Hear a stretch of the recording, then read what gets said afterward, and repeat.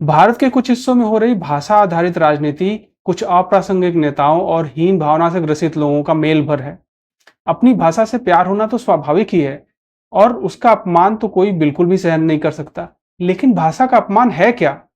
किसी भाषा का अपमान कैसे कोई कर सकता है? अगर मैं कोई भाषा नहीं जानता तो वो उस भाषा का अपमान तो नहीं है, क्योंकि इतनी भाषाएं इस विश्व भर में है। क्या कोई सारी भाषाएं जानता है? तो अपमान का ये आधार तो नहीं हो सकता कि आपको वो भाषा नहीं आती। और अगर आप क्लियर भी हो गए हैं कि आपकी भाषा का अपमान हो रहा है, तो क्या आपको इसके बेसिस पे हिंसा करने का अधिकार मिल गया है? भाषाओं के विकास को देखने का बहुत आसान तरीका है। भाषाओं में उपलब्ध साहित्य को देखकर आप समझ सकते हैं कि कोई भाषा डेवलप हो रही है या फिर धीरे धीरे खत्म हो रही है। भाषा में नए शब्द आ रहे हैं कि नहीं आ रहे हैं।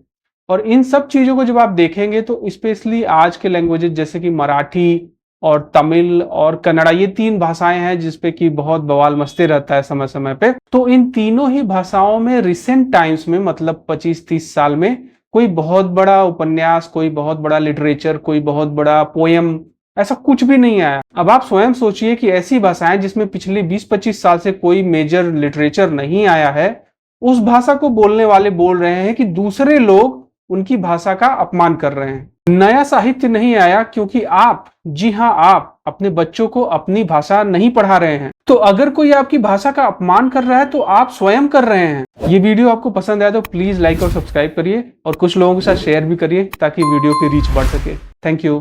समस्या हम भारतीयों की कुंठा है। हम स्वयं अपनी भाषाओं को कमतर आंकते हैं। वास्तविक समस्या हमारी हीन भावना अर्थात इंफीरियरिटी कॉम्प्लेक्स है। हम ये तो चाहते हैं कि हमारा बच्चा अंग्रेजी में पढ़े और अंग्रेज बन जाए, लेकिन बगल के एक छोटे से दुकानदार को हम जाके भाषा के नाम पे मारने को तैयार हैं।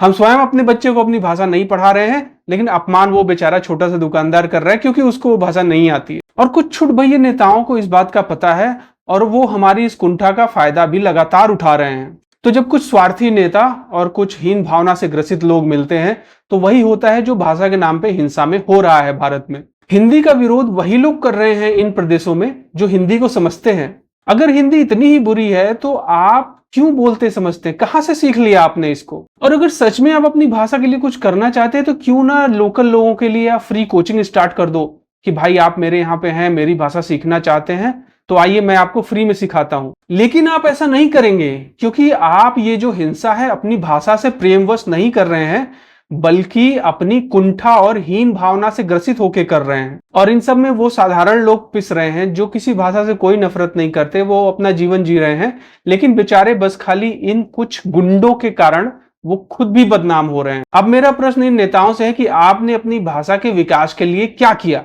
आपके अपने बच्चे तो अंग्रेजी स्कूलों में पढ़ते हैं, कॉन्वेंट स्कूलों में पढ़ते हैं, विदेशों में पढ़ते हैं, वो अपनी भाषा भी अच्छे से नहीं बोल पाते, लेकिन ये चाहते हैं कि नहीं, वो जो गरीब है बेचारा, उसका लड़का तो भाई अंग्रेजी कभी सीख ही ना सके। आप बवाल मचाते हो क्योंकि ये करना सरल है। अपने भाषा के विकास के लिए काम करना बहुत ही कठिन काम है। और जो लोग राजनीति में नहीं है उनको अपने हीन भावना पे काम करना चाहिए। अपनी भाषा पे और अपने आप पे इतना विश्वास रखें कि आपको ये क्लियर होना चाहिए कि यार अगर कोई मेरी भाषा नहीं बोलता तो उससे मेरी भाषा का अपमान नहीं होता।